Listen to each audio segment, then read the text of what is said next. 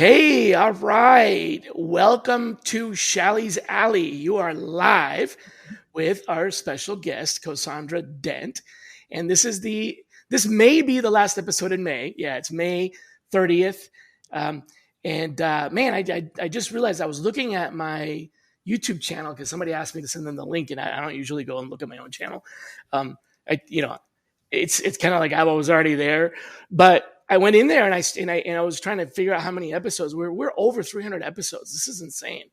Yeah. I've been doing it for a long time. As a matter of fact, I started the Shally's Alley podcast while I was working at Fiserv, and that is where I met the fabulous CoSandra Dent. We all call her Co because we love her. And she was, well, when I started there, you were VP of TA or senior director? I was vice president. That's right. Yeah. VP of TA. And then, so you were my boss's boss or something like that. That's right. Because it was centralized. So they were I remember having a bunch of bosses. But yeah, we met there at work in Fiserv. I was there for 5 years, and Co stayed on for another year until she took the brave step of deciding to hang her own shingle and start her own company. And of course, when she did that, one of the things that she did is call me and ask if I would be interested in collaborations, which of course I would love to. So we reconnected even after Fiserv. And Co, now it's been a couple of years since you left the relative safety of a quote unquote stable corporate job. Since leaving, what has been the biggest surprise to you, good or bad? Yeah. Since you kind of stepped out on your own and hung up your own shingle. Tell us the story. Absolutely. Thank you, Shally, for having me. You're right. It's been almost 2 years since I started CoCreate Solutions. And I will say it was a big step. But I felt like, it's time. Why not now to do the things that I love, but just do it for myself. Right. I think one of the biggest surprises was when you work in corporate, you have a team. And you leverage that team to do many different things. But as an entrepreneur, you have to wear many different hats, anywhere from sourcing to filling out invoices, business development. And that's where I was able to call you and leverage you to do some of the business development for me or with me. But I think just wearing a lot of different hats. I've even taught myself Excel and PowerPoint, things that I, didn't do quite well when I was in corporate. I know I have to do that now. So I think that's one of the biggest surprises. The learning curve, you mean? Yeah, it was somewhat of a learning curve. And it takes lots of patience, especially when you're trying to make things look perfect for the client. So, yeah. Yeah, right. Yeah. And a good friend of mine, you might remember Amanda Janala. I do. Yeah. So Amanda and my wife were in the same book club together for a while. So when I actually started at Fiserv, Amanda came up and introduced herself. She's like, "Hey, Shally." And I'm like, "Oh my God, how do you know?" She's like, "Oh, I'm friends with your mom and this other friend of mine." And she's like, we are in the same book club. And I was like, "Yay!" Two friendly faces at Fiserv, people that I know. But she used to say, I don't know where she got it from, but she used to say, perfection is the enemy of good. Yeah. And sometimes something is good enough. I mean, you want to do your best especially when you have a new client. Not that I don't do my best when I'm working with an existing client or that I do less or whatever, but when you're working with a new client, you're on stage, you're being observed more closely. Once that trust is there, then you can do quality work, but you don't have at least that's how I feel, this kind of pressure to be perfect. And that pressure is partly what sort of drives me crazy when I distract myself. Maybe you're experiencing this too, and kind of go down the rabbit hole with tweaking that PowerPoint slide just a little bit more and spend hours on it. And it's going to be 5 seconds on screen, That's right. That's right. And I'm glad you brought that up because I'm working with a client now, and I had a meeting with the chief technology officer.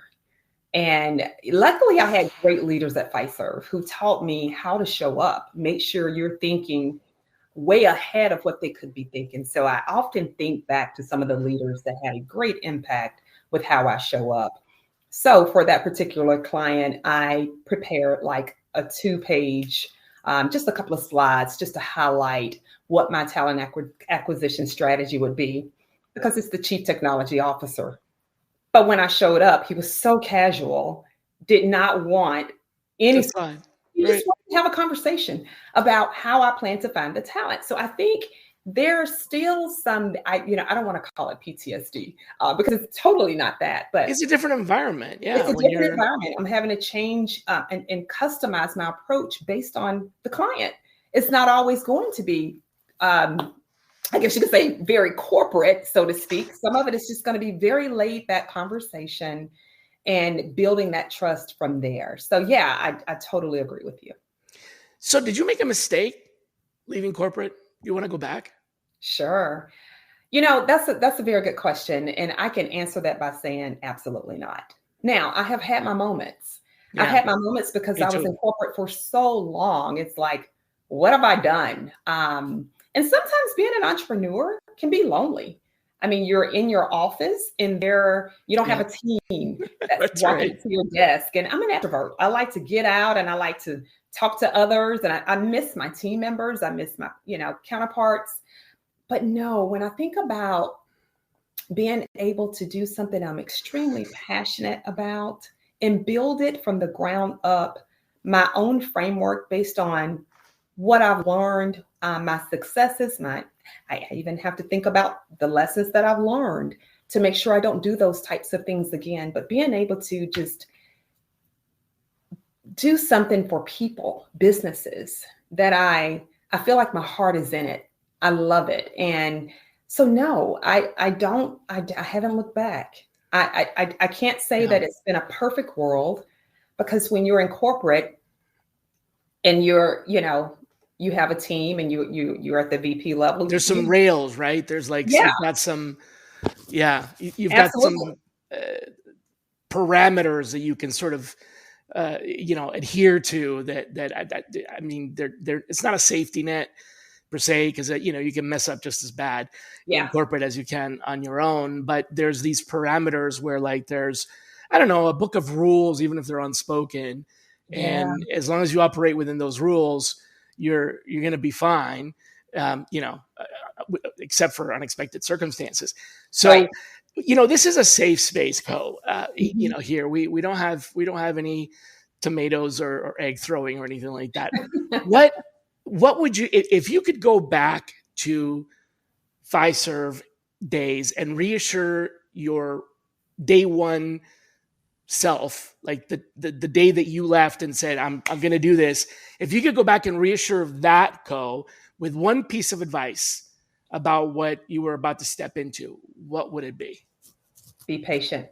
Be patient. Okay. Be patient. It takes lots of resilience and patience, because when you want things, so when you're in corporate, you get a requisition, you can just go fill it. You don't have to go build relationships and get your foot in the door at a company. The business is coming to you. And I think that's what's been sort of a eye opener for me, is that things aren't going to happen as fast as they used to. First and foremost, you've got to earn the business. You've got to get in front of the business to convince them that you're the right person. Where I didn't have to do that at Fiserv, because people knew about the company.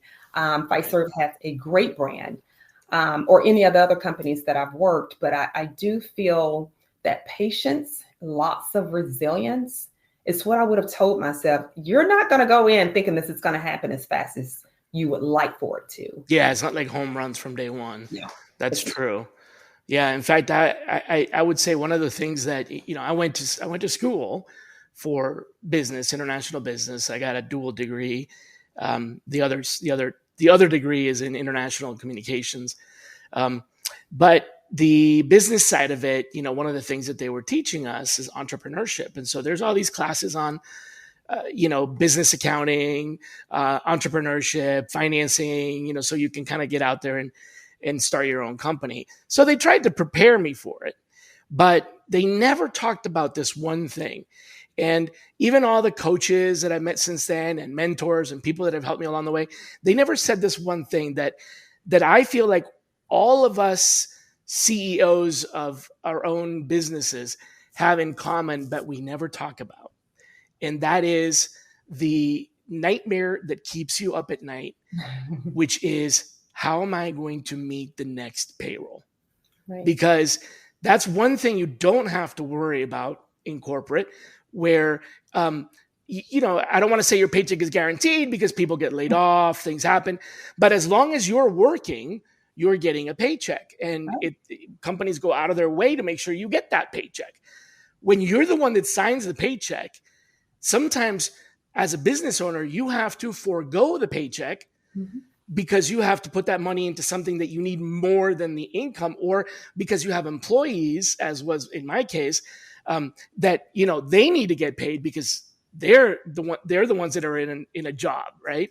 So that's the one thing that they don't tell you about, is the fear of the abysmal, oh my God, how am I going to meet my payroll? Even if it's just you still have to have that income. You can't not have income with your own business. You still have to have something. And there's a balance between take it home, as in like your pay, or like reinvest it in the business, where you maybe wouldn't have thought twice about ordering a ream of paper or a box of pens when you were at corporate. Now you're like, do I really need that coffee maker?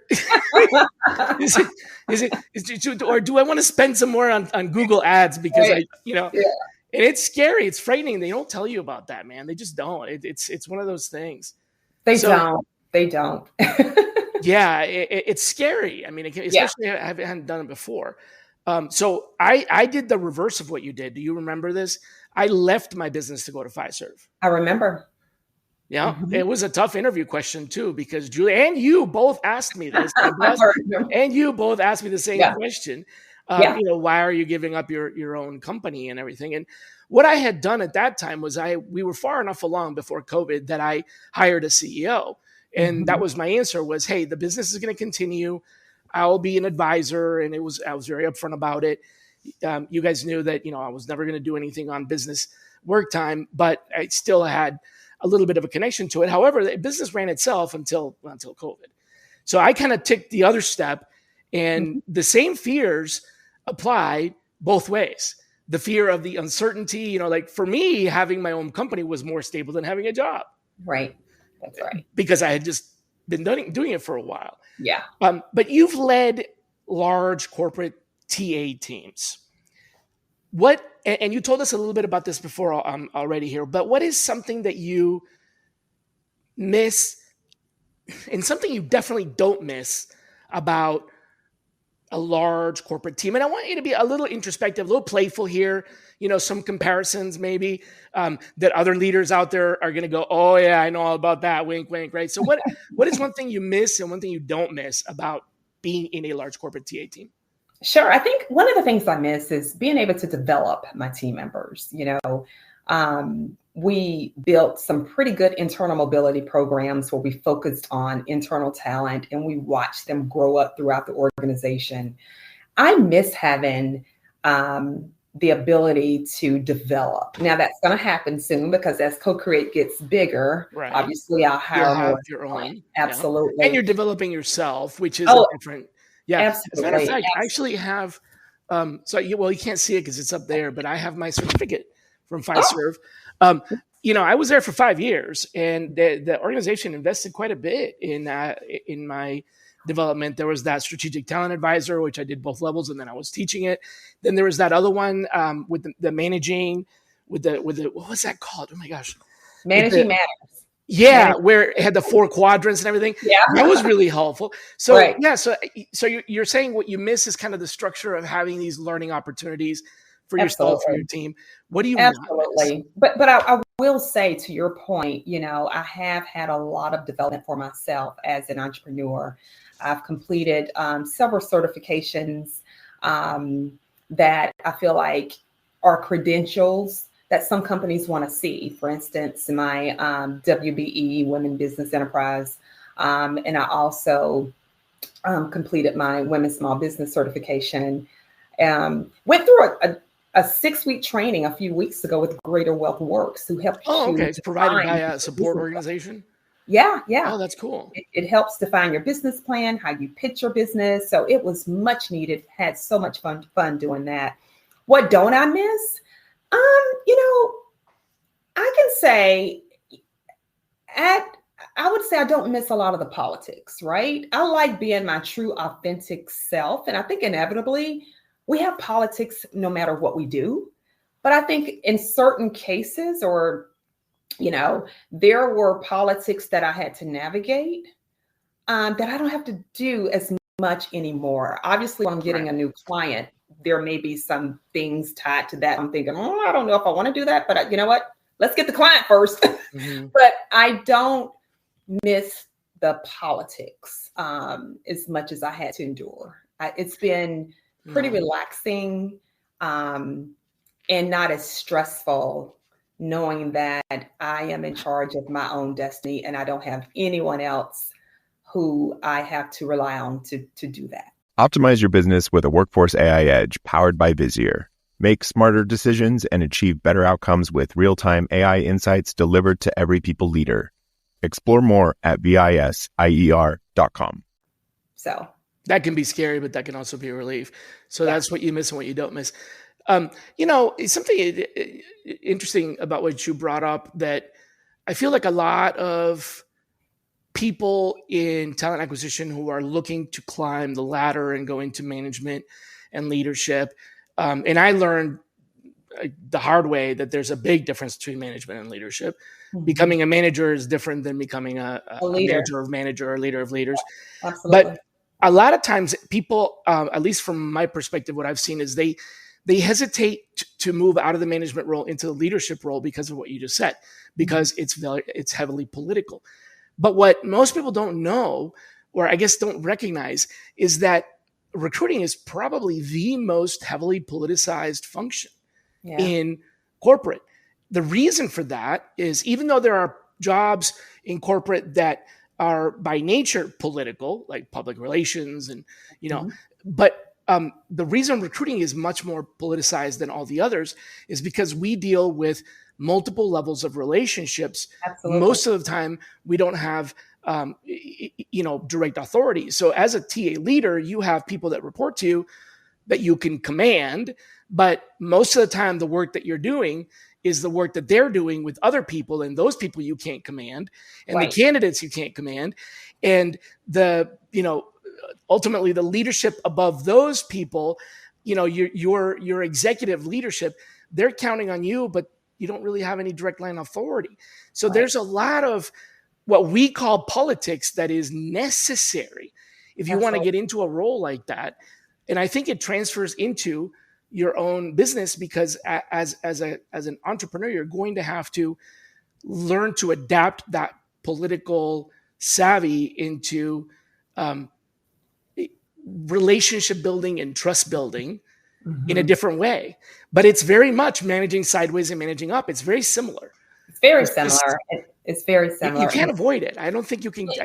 You absolutely cannot avoid it. And I think that I've used what I've learned in corporate, and I've leveraged those core competencies. And I think some of those competencies that I've mastered is influence, right? Being able to influence, building relationships.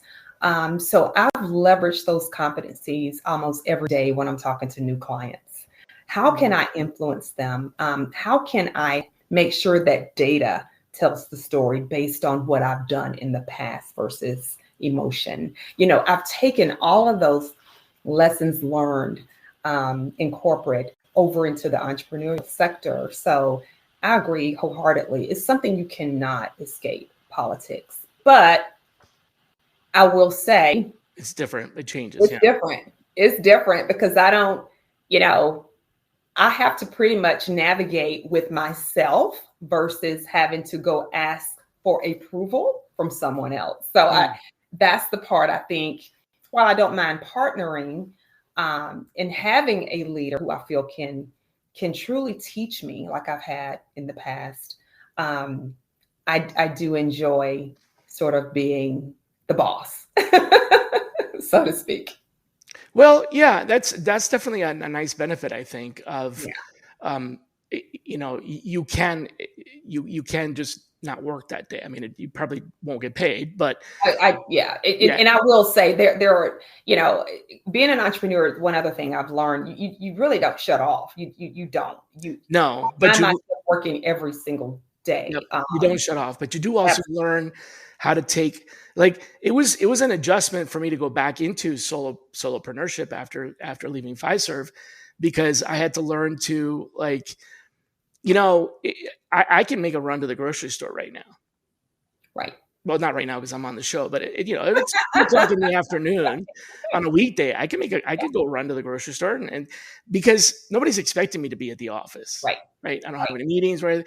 So you have a lot more freedom with your time, um, as long as you don't, the downside to that, of course, is you overuse that freedom, and the other downside to it is that because you are on your own time, clients that are in California and China both think that you're there all the time, and so you end up having Absolutely. these meetings. Absolutely. Absolutely. And I Speaking do, of time, oh, go ahead. Yeah. no worries. I do like the balance that I've been able to have of being a mom. I have two small ones. One is almost she's about to be a teenager. So I have been able to find that balance where I'm not tied to my computer or taking it with me to maybe a luncheon with my son's class. I don't have to do that anymore, or my phone rather. So I've been able to have that balance of being a mom and being a wife. So it's been great. But on the flip side of that, I know I have to make up that time because I can't afford to not be on when I know that there's an important client meeting that's coming up, or a meeting with my sourcer. I can't afford to be off too long, but I do block that time to spend with my family, and I love Yeah, it. the balance is important. Absolutely. Not everybody is cut out for that jump. So how did you know you're sitting there, in your big corporate office? How did you know that the time was right to go and start CoCreate? Was there a moment, or was Yeah. it like a growing kind of, like, it just pulled you for a while until it finally just pulled? Yeah. I like that question because that's the question I can answer, and I hope I can answer it without getting emotional.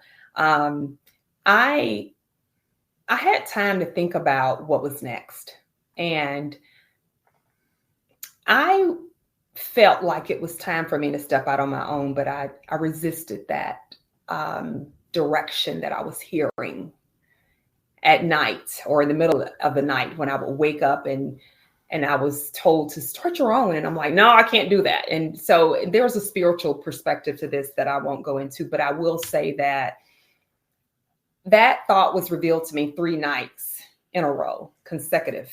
And I'm like, okay, I don't want to do my own thing. I'm just going to go back to corporate America. But I had already started looking into getting my LLC. So I was just sort of thinking about it, but nothing serious. And so I got a virtual office, and I grabbed my kids one day. This was last summer. And I said, hey, you guys want to go see this virtual office I'm renting every month? I remember this. Yeah. And they were like, yeah. So we pulled up to the building, and I was like, oh, wait a minute. And we got to the building. I go in, and my kids are looking at me like, what's wrong, Mom? And I said, this is the same building where I worked when I first moved to Atlanta in 1994. And they were like, Mom, what if it's the same floor? I said, it can't be the same floor. So I go up to the receptionist and I said, I'm renting an office here, CoCreate Solutions. Can you tell me what floor I'm on? She said, yep, you're on floor 19.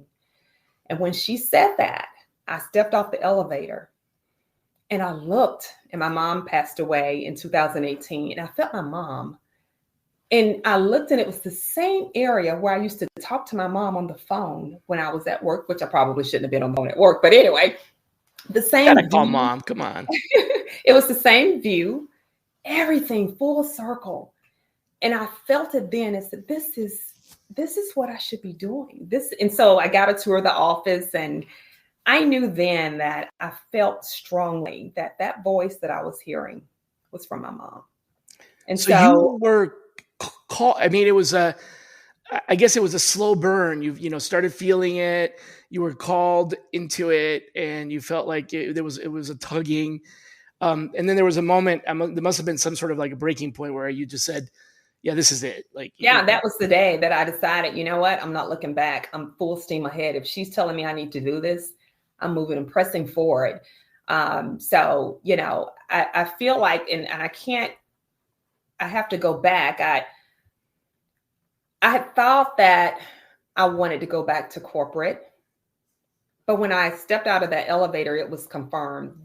There's something bigger that I need. You were more at home there than you felt, right? Something bigger I needed to be doing. And so I haven't looked back since. I haven't. Yeah, that's a great story. Yeah. So there's both a pull and a moment, like a reassuring moment where, you felt like the safety net didn't need to be there anymore because you had faith, right? Well, in the safety net, you mentioned there's, when you're in corporate, you got to get paid in 2 weeks or the week after or once a month or whatever. But I will say, because I was led to do this, I've been very blessed to not have skipped a beat in that area. Now, for those who know me, they know I love to shop. So I have become more disciplined, if anything, more disciplined in the things that I really don't need.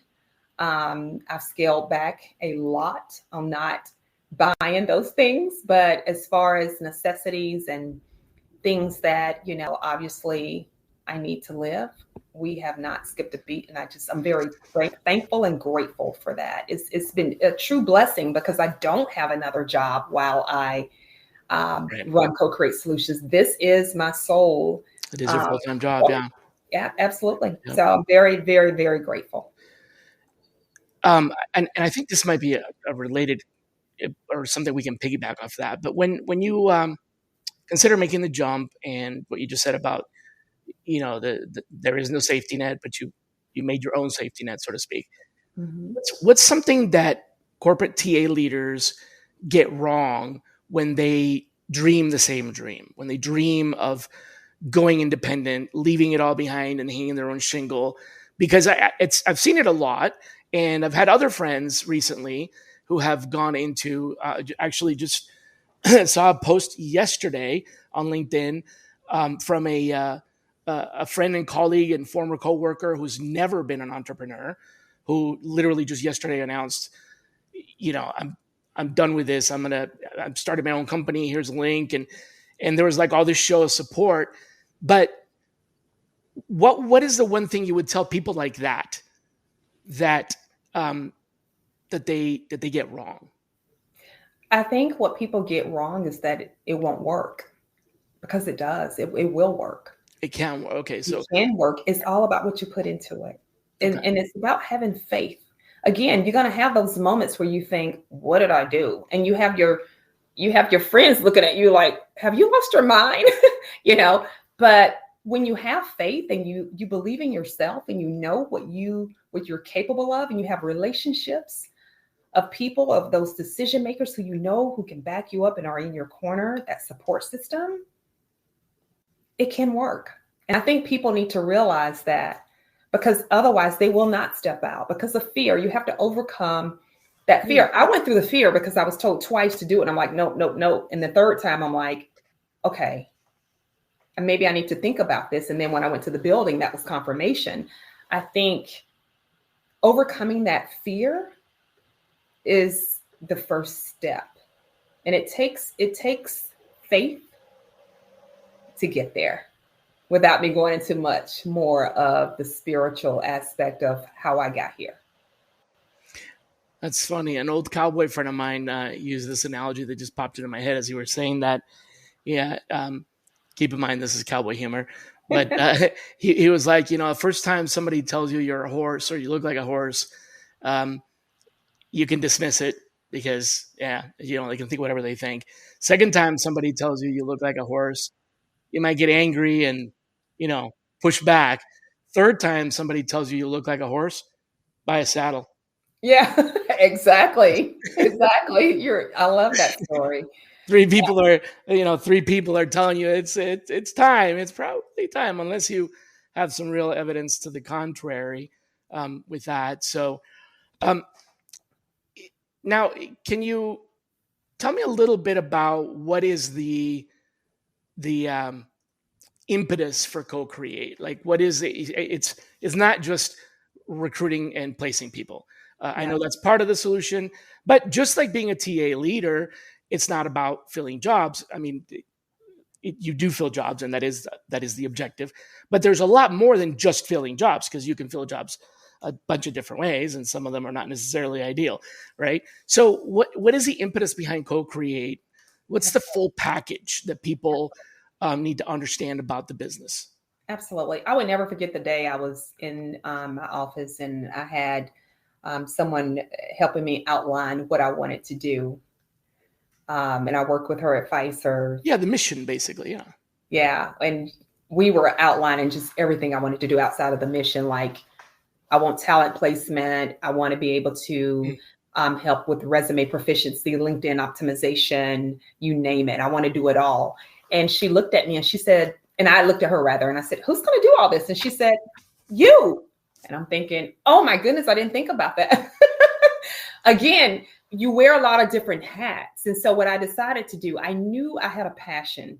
I have a passion for talent placement, working with clients and businesses, understanding their workforce planning, understanding and knowing what type of talent gaps they have, and literally going out there to look and find the talent. But then there's another side of it that I love, and that's arming the candidates. Considering I've been in corporate for so long, I'm able to pull back the curtain to arm the candidates with what these hiring leaders are looking for. So I said, I've got to make sure I have a component of CoCreate that does career services, networking, career counseling. I just got a bunch of folks from the federal government who were in transition, but their resumes were 28 pages long. And I'm like, you can't enter into the private sector with a 28-page long resume. Let me help you. So being able to help on both sides, the career services and the talent placement, is what CoCreate Solutions is what we do. And I think that's what sort of set us apart from other staffing agencies, is that we have a candidate side that I take the time to help. And obviously it is getting quite overwhelming. And I'm hoping to build a SME for each arm of my business within the next few months. Well, one of our former colleagues, Greg, just posted a little. I see Greg Valinsky, one of my faves. That's right. If you can't read it on the screen, your own business is a higher risk than working corporate. Yeah, it takes a high confidence level to take that step. That's true. It does take a high confidence level, but I think once you got a kid out there, the confidence that you need to take each step is less and less, because you feel like you kind of fall into your place. Like Co was saying, you arrive at that, this is what I want to do. And it's now more, what am I going to do next and how am I going to get there, rather than fear of a misstep at that point. That's right. So I think it becomes the fear and the apprehension becomes more confidence as you do it, especially when you have a couple of successes and you're like, hey, I can do this. This is actually, this is going to work. Absolutely. Yeah. And I think another thing I wanted to point out was, when you make a mistake as an entrepreneur, or when you feel like you want to give up, I'll never forget. I had one day, I had a rough day, and I said, you know what? I'm not doing this anymore. And then I told myself, you can't quit. You have to keep so I was literally in my head talking to myself as my boss. So me as a direct report was telling my boss, which would be me in both situations, I quit. No, you can't quit. So you just keep going. You build confidence by making the mistakes. I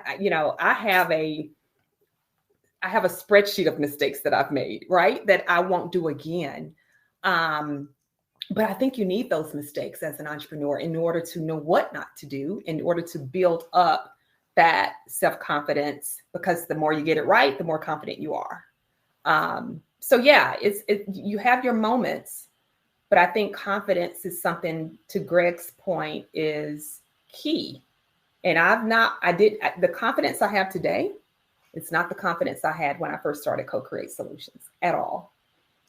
So Right. Which makes me actually ask this other question. From a distance on LinkedIn, it looks great. It's the shiny, glamorous lifestyle of building your own business, but in real life, it's way messier, right? What is one thing that you can think of that like looks great on paper, but IRL is like, ooh, this is a big grind, but it looks good. That looks good on paper. On LinkedIn, people look at it and go, "Oh, this is awesome," but behind the scenes, that's where you're putting a lot of sweat equity. Yeah, absolutely. I would say just honestly, the way I show up, I have to go back to that, because I remember I went to this conference and this woman said, "Oh, I saw you on LinkedIn. I saw your videos. You always show up. You always look so great." And I'm thinking, those were the days I felt like crap. So you just, I've learned to just not allow my feelings to take over what tomorrow is. And I think when you see me certain events, yeah, it's shiny, but everything that shine isn't gold, rest assured. But I elbow grease went into that. I'm sorry? A lot of elbow grease went into that. Oh yeah. I think I just keep pushing through. So I will say, if you were to look on LinkedIn, you're going to see where she got her certifications, which is great, and all these things, but people don't see me every day, what it took to get those certifications, and what it's taking to get some of the clients that I've gotten. So yeah, I think that would be the main thing, is how I'm able to show up regardless of what I'm feeling. Okay. All right. Let me turn the tables a little bit here and get off of the whole moving out of corporate and starting your own business, and talk about a little bit, something a little bit more personal. Is there a book or a podcast that has helped you with this transition, or with basically with this building the business, right? So over the last year and a half, 2 years, any book or podcast that you would recommend to people that are either doing this themselves or considering doing this themselves? It might be a good inspiration for them.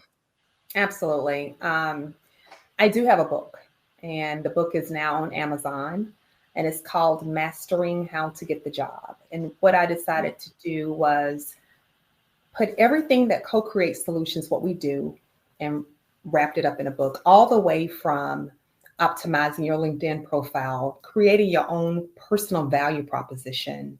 Again, the resume proficiency that we talked about, have case studies in this book on how to interview, all the way to negotiating an offer and not lowballing yourselves. All the things that I was able to see, some of these things we implemented in corporate, obviously, part of those projects. I put all of that in a book. And again, it's now on Amazon. It will be on my website here next week. So it's fresh and hot off the press. I hope people will go out there and order. Send me a link to the bookstore. I will. I don't need to tell you this, but you know how to optimize your profile. If you go on your profile on LinkedIn, you can add the bookstore link to your profile, so everybody that sees you will have they can click on it and go directly to your bookstore. Did not know that. So no, thank you for that. Thank you. Little hack, yeah. But send me the link. I'll get it out there. Absolutely. And I'm very proud of that. I'm very proud of that because I feel like it's sort of a toolkit or a reference that, a lot of the graduates can use because they're in transition. So I have an opportunity. I had an opportunity to make sure I addressed everyone in that book, all the way from your graduate to your veteran, your federal worker, executive, you name it. It's in the book. And I do have a part 2 coming out soon. I won't tell you the name of that one, but I am in the process of writing my second book. So I'm excited about that. Big deal. Yeah. What's your soundtrack? What do you mean? I have my soundtrack, when I'm not on the calls and when I'm not, when I'm not talking, which whether I'm on a call or whatever, I've got, you're at home. It's different than when you're in the office or in your home office. So you can, you can crank some tunes in the boombox or put your music soundtrack. What's your soundtrack? Okay. Yeah. I thought that's what you were talking about. Do you mean music? Yeah.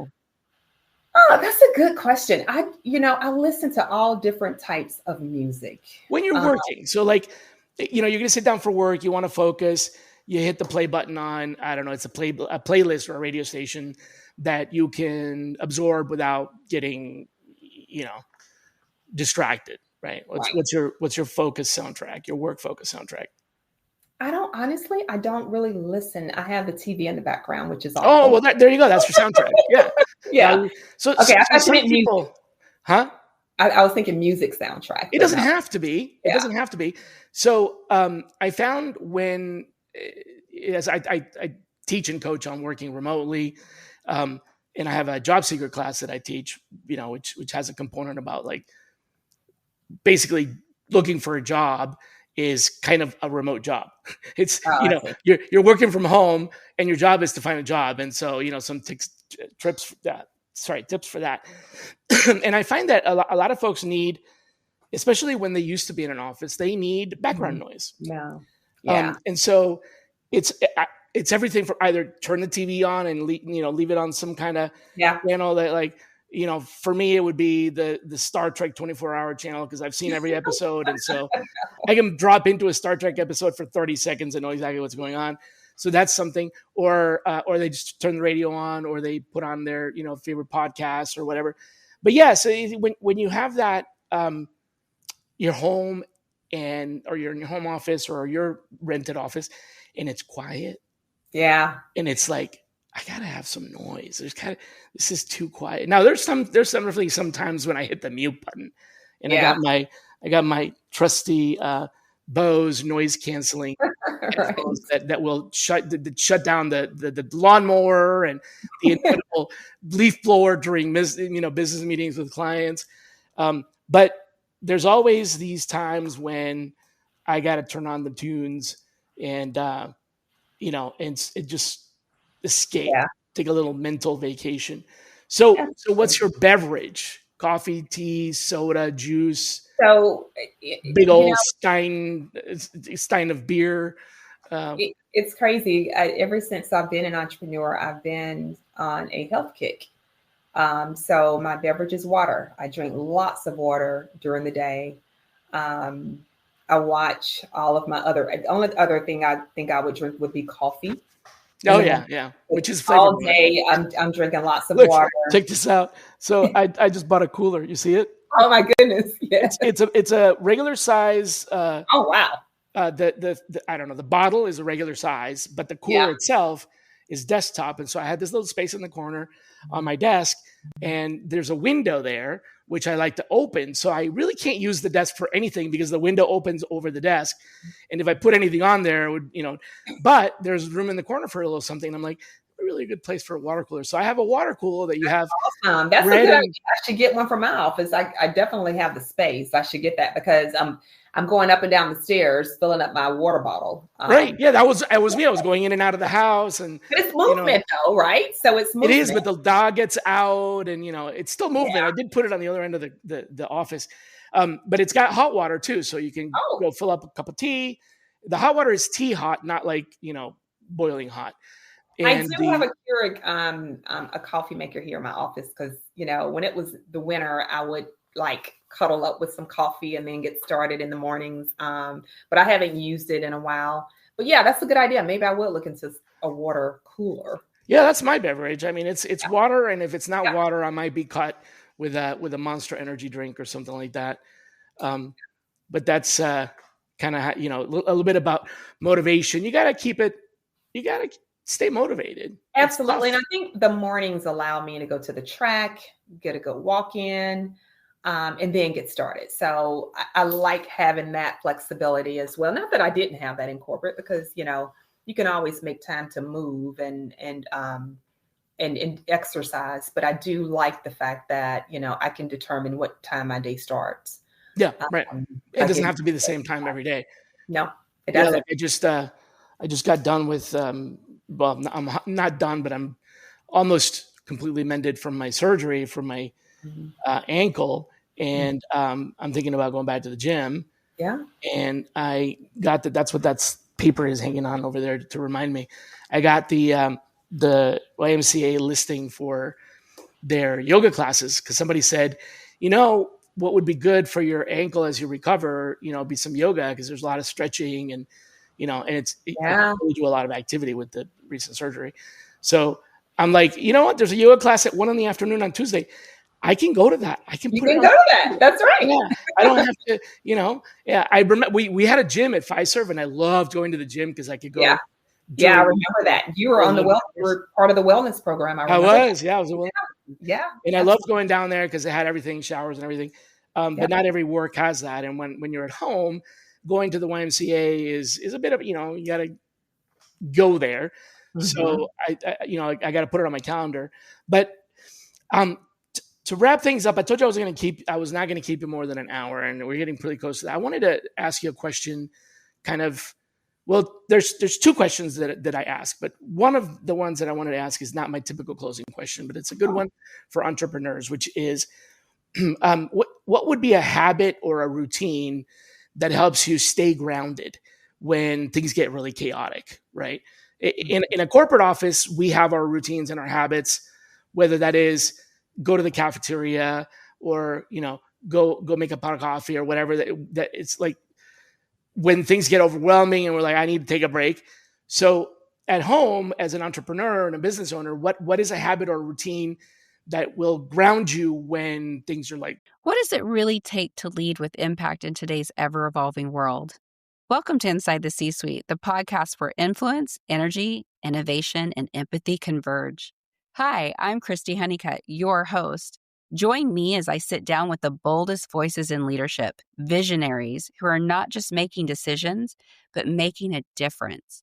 In every episode, we explore the heart of leadership. How do high-performing leaders harness their energy? How do they lead with empathy without losing their edge? How do they turn disruption into innovation and pressure into purpose? You'll hear unfiltered stories of adversity, resilience, and the raw moments that shaped true influence. This isn't about perfection. It's about presence, passion, and the energetic exchange that fuels transformation. Inside the C-Suite is your invitation to lead from a deeper place with intention, connection, and courage. If you're ready to go beyond the surface and unlock what really moves leaders to action, hit subscribe and step inside. You can find us wherever you get your podcast fix. Inside the C-Suite, well, we're an energetic exchange. Let's lead with influence, live with energy, and create with empathy. Yeah, I think just staying focused. And I think it's easy for me to do that based on my work ethics. But when everything is like it's 100%, everything's running 100%, and you feel like, my God, I just need to take a break. What does that look like? Is there a habit or a routine? You said, is that what you walk, go to the track to walk? I do. I do walk, but it's hard for me to. That's not your stress break, though. That's just part of your routine. That's just part of my routine. Do you have a stress break method? I do. I have a coworker that sits with me every day. His name is Dallas, and it's our toy poodle. So I typically take him for a walk. We get up and we go outside just so I can just breathe a little, right? Yeah, exactly. A mental break with my dog. And even when we're not walking, just looking at him is just so soothing and pleasing. Just having him, he would be in here now, but I made sure if he hears anything outside, he'll stop barking. But I think just taking time to just step away, right? I don't do that very long, because if it's something I know I need to flip over to a client, I have to get that over, right? Right. But there's a 5 minute something or other that you can do. Absolutely. And then there are days I don't even eat lunch. I'm like, oh, did I eat today? No, I didn't eat today. Okay, I need to go grab something, right? Because again, you're doing everything yourself. And you're just constantly going. Yeah. But, I often look at doing everything myself as something it's temporary. This is just the beginning, right? I am so excited about what CoCreate Solutions is about to evolve into. I'm already seeing it. And I'm so excited to see it this time next year. And I'm confident to say that because I know all the work that I put into it. And I just feel like the signs that brought me here would not lead me astray. So I'm so excited to see where this is going to go. So those moments where I feel like I just want to give up, and I want to give this advice to entrepreneurs out there or those who want to be an entrepreneur but afraid to step out, you won't know until you try it. And I know I make it sound easy. It's not. It's not easy. No, it's not. No, it's not at all. But it's worth every minute of time that you put into it. It's worth it. Yeah, it definitely is. As a repeat offender, I would say just stop being a wantrepreneur and just become an entrepreneur. Just go for it. I haven't heard that one, Shally. Yeah, that's my own little one. I've had a lot of conversations with entrepreneurs. Yeah, I'm going to start my own business. Yeah. Okay. Yeah, that's hilarious. I think another thing I wanted to mention before I go to, and I think it's something important, is that, when you have such a support system, a strong support system of those who you worked with in the past, and they've left Fiserv and they've gone on to different companies. My first break was somebody I worked with years ago, who saw that I had started my own company. And she said, I'm now the chief people officer at this company. We'd love to have you. So I feel like I have had an opportunity to not just run full circle with the building that I worked, but with people that I've worked with. Those people have given me an opportunity, and I can't thank them enough. And if they're watching this, they know who I'm talking about. It's 4 of them. And I'm so grateful for them, for just saying, you know what, Co, I remember the work that you did in corporate. Let's get a contract in place. And I'm like, that's awesome. So I think that for those entrepreneurs that you mentioned, think about the fact that you are going to have a support system. Everybody's not going to help you. And it would be some of those people who you thought would, but they don't. And that's okay. You just continue to build on those that have and find others, not dwell on the people who were not there for you.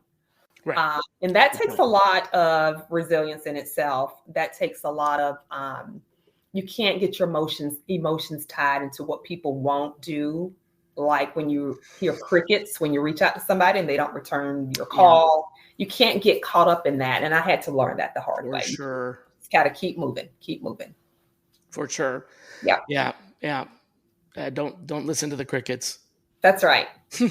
That's right.